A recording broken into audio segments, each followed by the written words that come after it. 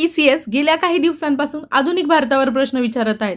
परंतु प्रश्न नेमके कुठून येत आहेत? तर आपल्याला सोर्स सापडला आहे मित्रांनो. तुम्हाला यामध्ये दिसून येईल. आज मी जे काही सांगणार आहे त्यामध्ये आत्तापर्यंत TCSने यामधूनच प्रश्न डिझाइन केले आहेत. त्यासाठी व्हिडिओ पूर्ण बघा. अगदी वही पेन घेऊन बसा, नोट्स काढा. तुमच्या लक्षात येईल की काल हा प्रश्न येऊन गेला आहे. म्हणजे वेगळं काही व्हिडिओ, खूप डिजिटल बोर्डवरचे व्हिडिओ वगैरे बघण्याची गरज नाही. अगदी हे आपले साधे स्टेट बोर्डमधून प्रश्न मी उचलले आहे. मेन टॉपिक्स मी तुमच्यासाठी यातून आणले आहे आणि याचवर प्रश्न यानंतर देखील विचारले जाणार आहे. तुम्ही विचार केला असेल की आता हे जे घेत आहे तर हेच का घेत आहे, ब्रिटिश सत्तेचे परिणाम. तर तुम्ही याच्यामध्ये बघा मित्रांनो, यावर प्रश्न विचारलेले आहेत. त्यासाठी तुम्ही हा व्हिडिओ पूर्ण बघा. आणि मित्रांनो, चॅनलला सबस्क्राईब केलं नसेल तर पटकन सबस्क्राईब करून घ्या आणि त्याच्या बाजूचा बेल आयकॉन देखील नक्की प्रेस करा. म्हणजे तुम्हाला माझ्या येणाऱ्या सर्व व्हिडिओचे नोटिफिकेशन वेळेत मिळत जातील. बघा मित्रांनो, इथे दिसत आहे तुम्हाला इंग्रज मराठा युद्ध यावर प्रश्न आलेला आहे. तर बघा मित्रांनो, मुंबई हे इंग्रजांचे पश्चिम भारतातील प्रमुख केंद्र होती. तर आपण सर्वात सुरुवातीला महत्त्वाचंच मी यामध्ये घेते, जास्त काही घेत नाही. बघा मित्रांनो, इंग्रज मराठा 1774 ते 1818 या दरम्यान इंग्रज आणि मराठा यांच्यामध्ये 3 युद्ध झाली. इंग्रज आणि मराठे यांच्यामध्ये 3 युद्ध झाले. यावर प्रश्न विचारला गेला आहे. बघा, पहिल्या युद्धात मराठा सरदारांनी एकजुटीने इंग्रजांना तोंड दिले आणि त्यामुळे मराठ्यांची सरशी झाली. आणि पहिलं जे इंग्रज मराठा जो युद्ध आहे ते 1782 साली सालबाईचा तह होऊन पहिले मराठा इंग्रज युद्ध संपले. सालबाईचा तह यावर प्रश्न आला होता. आणि काय होतंय, पुन्हा ते प्रश्न विचारले जाऊ शकते की पहिलं इंग्रज मराठा युद्ध कुठल्या तहाने संपुष्टात आलं, दुसरं इंग्रज मराठा युद्ध कुठल्या तहाने संपुष्टात आलं. तर ह्या गोष्टी लक्षात ठेवा. 1818ला मराठ्यांचा पराभव झाला आणि त्यानंतर संपूर्ण भारतावर इंग्रजांचं राज्य प्रस्थापित झालं. बघा मित्रांनो, त्यानंतर तैनाती फौजेवर प्रश्न आहे. जिथं प्रश्न आहे मी ते मुद्दे तुम्हाला इथे कव्हर करून देण्याचा प्रयत्न करते. माझ्या वाचनातून मला हे लक्षात आलं की अरे इथे प्रश्न येत आहेत आणि त्यासाठी मी हे व्हिडिओ घेऊन आले. तुम्हाला असं वाटत असेल आम्ही मोठ्या चॅनलवर बघता तर तुम्ही तिथे बघू शकता, पण ऑथेंटिक सोर्स आहे इथे. हे बघा, 1798 मध्ये लॉर्ड वेलेस्ली गव्हर्नर जनरल म्हणून भारतात आला. सर्व भारतावर इंग्रजांचे वर्चस्व प्रस्थापित करण्याचे धोरण त्याचे होते. त्याने अनेक भारतीय सत्ताधीशांशी तैनाती फौजेचा करार केला. आता प्रश्न कसा येईल की तैनाती फौज कोणी आणली, तर तो आहे लॉर्ड वेलेस्ली. बघा पुढे बघा मित्रांनो, त्यानंतर बघा, तर इथे आता म्हणजे भरपूर डिटेलमध्ये दिलेला आहे. तर आपल्याला जे महत्त्वाचं वाटतं मी ते घेते. बघा, 1802 मध्ये दुसऱ्या बाजीराव पेशव्याने इंग्रजांच्या तैनाती फौजेचा करार केला. 1802 मध्ये दुसऱ्या बाजीराव पेशव्याने इंग्रजांशी तैनाती फौजेचा करार केला आणि हाच करार वसईचा तह म्हणून प्रसिद्ध आहे. तर 1802 साली हा करार झाला, परंतु हा करार जो आहे ना तो टिकला नाही. बघा, हा तह काही मराठा सरदारांना मान्य नव्हता आणि त्याचमुळे वसईचा तह मान्य नव्हता, म्हणूनच दुसरे मराठा इंग्रज युद्ध झाले. त्यातील विजयानंतर इंग्रजांचा मराठी राज्यातील हस्तक्षेप वाढू लागला. तो असह्य होऊन दुसऱ्या बाजीरावाने इंग्रजांविरुद्ध पुन्हा युद्ध पुकारले. या युद्धात त्याचा पराभव झाला आणि 1818 मध्ये त्याने शरणागती पत्करली. दरम्यान मुघलांची राजधानी दिल्ली प्रत्यक्षात दौलताबाद शिंदे यांच्या नियंत्रणाखाली होती. शिंदेंच्या फौजेचा पराभव करून जनरल लेक याने मुघल बादशहाला देखील ताब्यात घेऊन पूर्ण हिंदुस्थान जिंकला. म्हणजे विचारलं काय जातं की कोणत्या सत्तेनंतर पूर्ण हिंदुस्थानावर म्हणजे पूर्ण भारतावर इंग्रजांचं राज्य प्रस्थापित झालं, तर 1818चा जो मराठा इंग्रज युद्ध झालं त्यानंतर संपूर्ण भारतावर इंग्रजांचं राज्य प्रस्थापित झालं. त्यानंतर बघा, इथे छत्रपती प्रतापसिंहवर आतापर्यंत मला प्रश्न तर दिसला नाही. त्यानंतर यावर आहे बघा, हे आहे छत्रपती प्रतापसिंहाचे जे कारभारी आहेत रंगो बापूजी गुप्ते. तुम्ही नाव ऐकलं असेल, रंगो बापूजी गुप्ते यांनी इंग्लंडपर्यंत जाऊन अन्यायाविरुद्ध दाद मागितली होती. म्हणजे इथे काय झालं होतं बघा मित्रांनो, छत्रपती प्रतापसिंह जे होते पेशवाईचा अस्त झाला आणि तरी देखील छत्रपती प्रतापसिंह गादीवर होते. इंग्रजांनी प्रतापसिंहाशी तह करून ग्रँडफ या अधिकाऱ्याची त्यांच्या राज्यकारभारात मदत करण्यासाठी नेमणूक केली. ते असेच करत होते. त्यानंतर त्यांना गादीवरून पदच्युत करून काशी येथे त्यांना 1847मध्ये काशी येथे त्यांना जेलमध्ये ठेवण्यात आलं आणि तिथेच 1847मध्ये त्यांचा मृत्यू झाला. त्यानंतर बघा, तरी देखील त्यांचे जे कारभारी होते छत्रपती प्रतापसिंहाचे कारभारी रंगो बापूजी गुप्ते यांचं नाव विचारलं जातं. MPSCच्या बऱ्याच परीक्षांमध्ये विचारलं. त्यांनी इंग्लंडपर्यंत जाऊन या अन्यायाविरुद्ध दाद मागण्याचा प्रयत्न केला, परंतु त्यांचा न्याय मिळवण्यात त्यांना यश मिळालं नाही. बघा मित्रांनी, त्यावेळी लॉर्ड डलहौसीने दत्तक विधान नामंजूर केले आणि 1848मध्ये सातारचे राज्य खालसा केले. मग प्रश्न कसा विचारला जातो, दत्तक विधान नामंजूर करणारा कोण? तर डलहौसी. कधी? 1848मध्ये. आता बघा, यावर पण प्रश्न विचारले जातात बघा, असे जे माहीत आहे का, हे जे आहे ना मित्रांनो, माहीत आहे का तुम्हाला वगैरे, तर यामधून काही प्रश्न म्हणजे विचारले जातात किंवा त्यात एखादा ग्रंथच म्हणा किंवा काही गोष्टी असतात. आता बघू, आपण हे वाचून बघूया.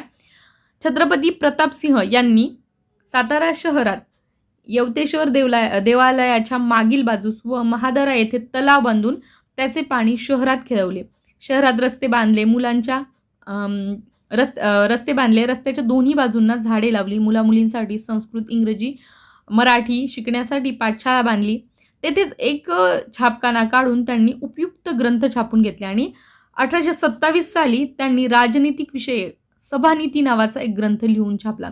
आता 1827मध्ये राजनीतीविषयक सभानीती नावाचा ग्रंथ लिहिला. ग्रंथांवर प्रश्न आता इतिहासात देखील विचारले जात आहेत.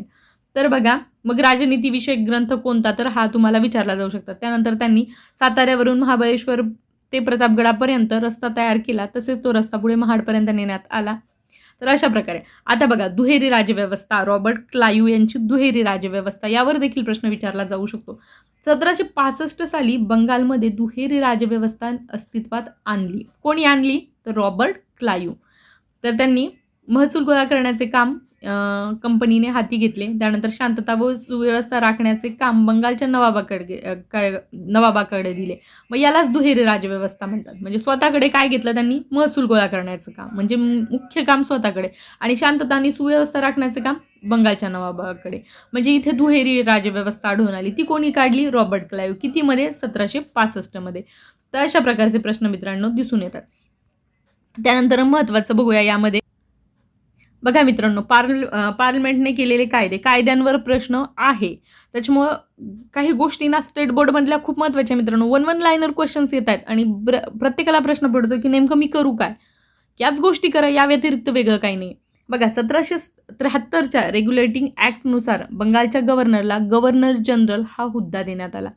बघा, 1773चा रेग्युलेटिंग ॲक्ट प्रत्येकाला माहिती आहे, पण या ॲक्टनुसार बंगालच्या गव्हर्नरला गव्हर्नर जनरल हा हुद्दा देण्यात आला. हे रिमाइंड करा की कुठल्या रेग्युलेटिंग ॲक्टने बंगालच्या किंवा कुठल्या ॲक्टने, कुठल्या कायद्याने बंगालच्या गव्हर्नरला गव्हर्नर जनरल करण्यात आलं. तर 1773चा. हा 1773चा जो ॲक्ट आहे, रेग्युलेटिंग ॲक्ट, हा खूप महत्त्वाचा आहे मित्रांनो. तर बघा, या ॲक्टनुसारच लॉर्ड वॉरन हेस्टिंग हा गव्हर्नर जनरल झाला. म्हणजे जो पूर्वी कसं होतं की बंगाल प्रांतावरच सगळं होतं, बंगाल प्रांताचा, तर तो बंगालचा जो गव्हर्नर होता त्याला गव्हर्नर जनरल हा किताब देण्यात आला. तर तो होता वॉरन हेस्टिंग. मुंबई व मद्रास इलाक्यांच्या धोरणांवर नियंत्रण ठेवण्याचा अधिकार त्याला मिळाला. त्याच्या मदतीला 4 सदस्यांची समिती नेमण्यात आली. तर हा जसं 1773चा रेग्युलेटिंग ॲक्ट महत्त्वाचा आहे, त्याचबरोबर 1784मध्ये पिट्स भारतात आला आणि त्यानंतर पिट्सचा भारतविषयक कायदा मंजूर झाला. कंपनीच्या भारतीय राज्यकारभारावर पार्लमेंटचे नियंत्रण ठेवण्यासाठी एक कायम स्वरूपाचे नियामक मंडळ करणे गरजेचे त्यांना वाटले आणि ते स्थापन करण्यात आले त्याच वेळी. तर बघा मित्रांनो,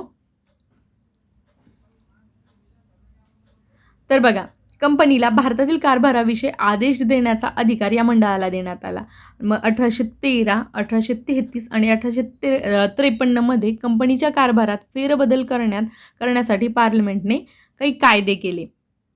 अशा प्रकारे कंपनीच्या प्रशासनावर ब्रिटिश सरकारचे अप्रत्यक्ष नियंत्रण वाढले. तर हे कायदे आपल्याला करून घ्यायचे का? 1813 हे सगळे रेग्युलेटिंग ॲक्ट आहेत. त्यानंतर बघा, मुलकी नोकरशाही. आता बघा, भारतात इंग्रजांची सत्ता दृढ करण्यासाठी इंग्रजांना नोकरांची गरज होती. मग ते कुठून मिळणार? तर ते भारतातलेच नोकर करायचे. तर मग त्यासाठी लॉर्ड कॉर्नवॉलिस यांनी नोकरशाहीची निर्मिती केली. मग मुलकी नोकरशाही कोणी निर्माण केली? तर लॉर्ड कॉर्नवॉलिसने. इंग्रजी शासनाचा महत्त्वाचा घटक तो बनला. कंपनीच्या अधिकाऱ्यांनी खाजगी व्यापार करू नये असा नियम त्याने घालून दिला. त्यासाठी त्याने अधिकाऱ्यांचे पगार देखील वाढवले. तो पूर्ण ज्या गोष्टी होत्या त्या कोणाच्या तिजोरीतून जात होत्या? पगार वाढवणं वगैरे या सगळ्या गोष्टी भारताच्या. तर बघा यानेच काय केलं मित्रांनो, म्हणजे देशामध्ये काय दिलं? महसूल गोळा करणे, न्याय, शांतता, सुरक्षता राखणे ही जबाबदारी, म्हणजे काही गोष्टी वाटून दिल्या होत्या. त्याचबरोबर त्याने अधिकाऱ्यांची भरती इंडियन सिव्हिल सर्व्हिसेस ICS या स्पर्धात्मक परीक्षेद्वारे केली. तर ICS या परीक्षेची सुरुवात कोणी केली? तर लॉर्ड कॉर्नवॉलिस. म्हणजे काही गोष्टी मुलकी नोकरशाही कोणी केली? Lord Cornwallis. त्यानंतर ICS या स्पर्धा परीक्षेद्वारे अधिकाऱ्यांची नेमणूक करण्याची सुरुवात कोणी केली? Lord Cornwallis. चला पुढे बघूया. बघा मित्रांनो, यामध्येच काही दळणवळण विषयक सुधारणा देखील दिल्या आहे. तर त्यामधला हा प्रश्न पडू शकतो की 1853 साली मुंबई ते ठाणे रेल्वे मार्गादरम्यान आगगाडी वाहू लागली. तर पहिली आगगाडी 1853 कोणत्या दरम्यान? मुंबई ते ठाणे दरम्यान. तर इथे दिलेलं आहे बघा चित्र वगैरे, थोडंसं लक्षात राहतं. पहिली आगगाडी. तर काही सुधारणा देखील त्यांनी केल्या आहेत, तर त्याबद्दल देखील दिलं आहे. म्हणजे ज्या महत्त्वाचे मुद्दे मला या लेसनमध्ये वाटतात. बघा आता यावर प्रश्न विचारला जाऊ शकतो. 1853 मध्ये कावसजी नायभॉर दावर यांनी मुंबईमध्ये पहिली कापड गिरणी सुरू केली. तर प्रश्न विचारला जाऊ शकतो कोणी सुरू केली? तर कावसजी नानाबॉय दावर यांनी मुंबईमध्ये पहिली कापड गिरणी सुरू केली. आता हे जे स्टेट बोर्डचं पुस्तक आहे ना, यामधले बरेचसे प्रश्न आहेत, पण जे आले आहेत त्यावर तर मी व्हिडिओ बनवणारच आहे की त्या संदर्भात येऊ शकता, पण हे अजून विचारलं गेलं नाही तर हे देखील विचारलं जाईल. आणि 1855 मध्ये मित्रांनो बंगालमधील रिश्रा येथे तागाची पहिली गिरणी सुरू झाली. आणि 1907 मध्ये जमशेदजी टाटा यांनी जमशेदपूर येथे Tata iron and still company इथं पोलाद निर्मितीचा कारखाना स्थापन केला. तर इथे 2-3 प्रश्न कव्हर होतात. बघा मित्रांनो, 1853 मध्ये कावसजी नायभॉर यांनी काय केलं? मुंबईमध्ये पहिली कापड गिरणी सुरू केली. त्यानंतरच 2 वर्षांनी म्हणजे 1855 मध्ये बंगालमधील रिश्रा यांनी काय केलं? रिश्रा येथे ठिकाण आहे तागाची गिरणी सुरू झाली.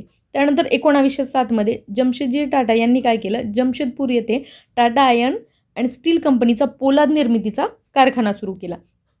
तर ह्या सर्व सुधारणा आहेत बघा. तर इथे काही गोष्टी दिलेल्या आहेत बघा. आता 1784 मध्ये काय झालं? तर विल्यम्स जोन्स याने काय केलं? कोलकाता येथे एशियाटिक सोसायटी ऑफ बंगाल याची स्थापना केली. 1784 मध्ये विल्यम्स जोन्स यांनी, म्हणजे विल्यम जोन्स हा इंग्रज अधिकारी होता, त्याने एशियाटिक सोसायटी ऑफ बंगालची स्थापना केली. त्यानंतर बघा इंग्रजांनी भारतामध्ये भरपूर कायदे केले. 1829 मध्ये लॉर्ड बेंटिंगने सतीबंदीचा कायदा केला. हे सर्वांना माहिती आहे, पण लक्षात ठेवा कधी कधी इयर कन्फ्यूज होतं. 1829 मध्ये कोणी केला? लॉर्ड बेंटिंगने. कोणता कायदा केला? सतीबंदी. त्यानंतर 1856 मध्ये लॉर्ड डलहौसीने विधवा पुनर्विवाहास मान्यता देणारा कायदा केला. 1829 मध्ये बेंटिंगने कोणता? सतीबंदी. 1856 मध्ये लॉर्ड डलहौसीने विधवा पुनर्विवाह. त्यानंतर बघा हे कॉलेज तुम्हाला माहिती आहे सिद्धांत मांडला होता. आणि बघा प्रशासन चालवण्यासाठी ब्रिटिशांना इंग्रजी शिक्षण घेतलेल्या भारतीयांची गरज होती. आता आपल्याकडे कसं इंग्रजांची सत्ता स्थापन झाल्यानंतर शिक्षणाला थोडंसं हेच लागलेलं होतं. मग लॉर्ड मॅकॉले याच्या शिफारसीनुसार 1835 मध्ये भारतात इंग्रजी शिक्षणाला सुरुवात झाली. आता हा असा प्रश्न विचारला जाऊ शकता की इंग्रजी शिक्षणाला कधी सुरुवात झाली? तर 1835 मध्ये झाली मित्रांनो. कोण होतं तेव्हा हे? तर लॉर्ड मॅकॉले यांच्या अध्यक्षतेखाली किंवा यांच्या शिफारसीनुसार इंग्रजी शिक्षणाला सुरुवात झाली. 1857 साली कोलकाता, मुंबई, मद्रास आणि चेन्नई येथे विद्यापीठाची स्थापना झाली. तर अशा प्रकारे म्हणजे या लेसनमध्ये तरी मला अशा प्रकारचे प्रश्न आढळून आले. आता असे विचारले जातं बघा, लॉर्ड कॉर्नवॉलिसने काय केलं? मग सतीबंदीचा कायदा कोणी केला? डलहौसीने काय काय केलं?